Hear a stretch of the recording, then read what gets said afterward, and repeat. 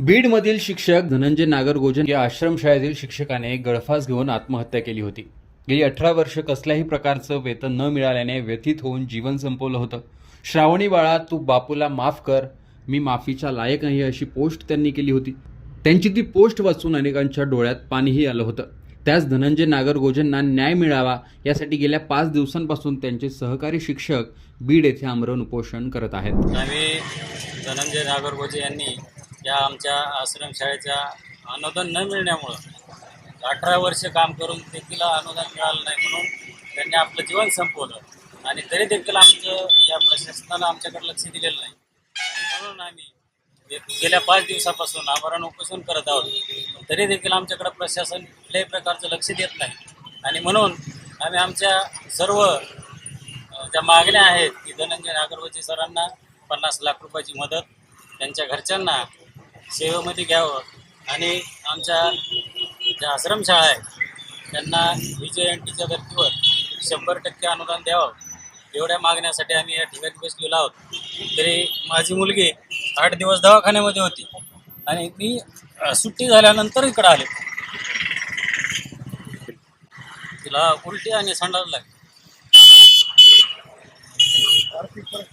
आणि दवाखान्याला अक्षरशः माझ्याकडे कुठल्याही प्रकारची आर्थिक परिस्थिती नसताना मी सरकारी दवाखान्यामध्ये मुलीची ट्रीटमेंट घेतलेली आहे आणि अशा प्रकारे या ठिकाणी उपोषण करत। आमचा आमरण उपोषणाचा 5वा दिवस आहे आणि काल माझी तब्येत बरीचशी खालावली होती। आमच्या सर्व सहकार्याने मला उचलून ॲम्ब्युलन्समध्ये नेलं आणि त्या ठिकाणी सलाईन गोळ्या इंजेक्शन करून या ठिकाणी पाठवलं। तरीसुद्धा कुठल्याही प्रकारच्या प्रशासनाचे वरिष्ठ अधिकारी किंवा या जिल्ह्यातले लोकप्रतिनिधी या ठिकाणी आलेले नाहीत, आमची कुठल्याही प्रकारची चौकशी केलेली नाही। आणि उद्याच्याला मराठी नवीन वर्ष आहे, तरीसुद्धा आम्ही रात्रंदिवस या ठिकाणी थांबून आमच्या न्याय मागण्या पदरात पाडून घेतल्याशिवाय स्वस्थ बसणार नाही। जरी नवीन वर्ष असलं तरी आम्ही हा पॅन्डॉल सर्व सहकार्यानिशी या ठिकाणचा सोडणार नाही। आज उपोषणाचा 5वा दिवस आहे आणि या 5व्या दिवसापासून उपोषण करणाऱ्या उपोषणकर्त्याची तब्येत काल बिघडली, तर त्यांना आमच्या सहकार्याने दवाखान्यात नेलं की महाराष्ट्रातील पूर्ण नेत्यांची, मुख्यमंत्र्याची, मंत्र्याची आणि महाराष्ट्रात नारायण जनतेची ही अपेक्षेची गोष्ट आहे।